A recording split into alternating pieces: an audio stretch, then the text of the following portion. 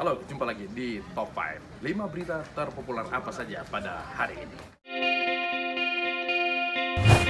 Maria Pauline Lumowa, buronan pembobolan Bank BNI, ditangkap di Serbia. Ia dibawa ke Indonesia, didampingi oleh Menteri Hukum dan HAM Yasona Lawli. Menurut Yasona, pemulangan Maria Pauline Lumowa berkejaran dengan waktu. Maria Pauline Lumowa yang ditangkap 16 Juli tahun lalu, nanti pada tanggal 16 akan habis masa tahanannya. Jika tak buru-buru dipulangkan ke Indonesia, ia akan bebas. Maria Pauline Lumowa diketahui pada tahun 2002 dan 2003 membobol Bank BNI cabang Kebayoran Baru sebanyak 1,7 triliun lewat LC-Picking. Jika dalam kasus Maria Pauline Lumowa, Indonesia berhasil membawanya pulang, tidak demikian dengan kasus Joko Chandra. Joko Chandra yang juga melarikan diri ke luar negeri ke Papua Nugini tidak berhasil dipulangkan karena Indonesia tidak memiliki perjanjian ekstradisi dengan Papua Nugini. Ia bahkan bisa pulang ke Indonesia, mengurus KTP, mengurus paspor, dan mendaftarkan sendiri kasus peninjauan kembali ke pengadilan. Dari Hukum dan HAM, Mahfud MD kemudian berang. Ia akan memanggil 4 institusi, yaitu Kementerian Dalam Negeri, Kepolisian Republik Indonesia, Kementerian Hukum dan HAM, serta Kejaksaan Agung, untuk mempertanyakan kenapa seorang buronan yang sudah dikejar selama 11 tahun bisa bebas melenggang di Indonesia tanpa ada yang mengetahuinya.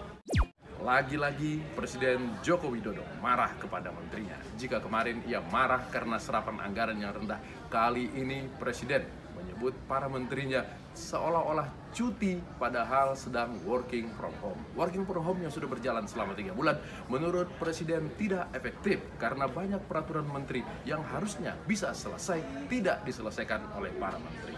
Lagi-lagi Presiden meminta supaya menterinya bekerja extraordinary, di luar kebiasaan, karena kasus COVID yang sekarang dihadapi Indonesia juga merupakan kasus yang tidak biasa. Penyebaran kasus positif di Indonesia lagi-lagi menembus rekor baru, kali ini lebih dari 2.600. Penambahan ini cukup tinggi karena Jawa Barat sendiri menyumbang hampir 1.000 pasien positif. Jawa Barat menjadi penyumbang terbesar karena di sana ada klaster secapa.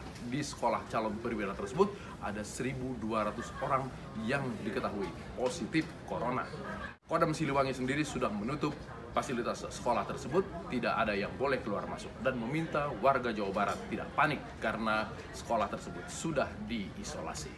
Karena kasus COVID yang masih tinggi, Kementerian Agama memutuskan Masjid Istiqlal tidak melaksanakan sholat Idul Adha. Beberapa waktu lalu, Menteri Agama menyatakan kemungkinan besar sholat Idul Adha sudah bisa dilakukan jika sebelumnya sholat Idul Fitri ditiadakan. Tetapi lihat perkembangan kasus yang masih besar, Menteri Agama memutuskan untuk tidak melaksanakan sholat karena sholat Idul Adha pasti akan dihadiri oleh ribuan orang dan sulit untuk melaksanakan protokol kesehatan.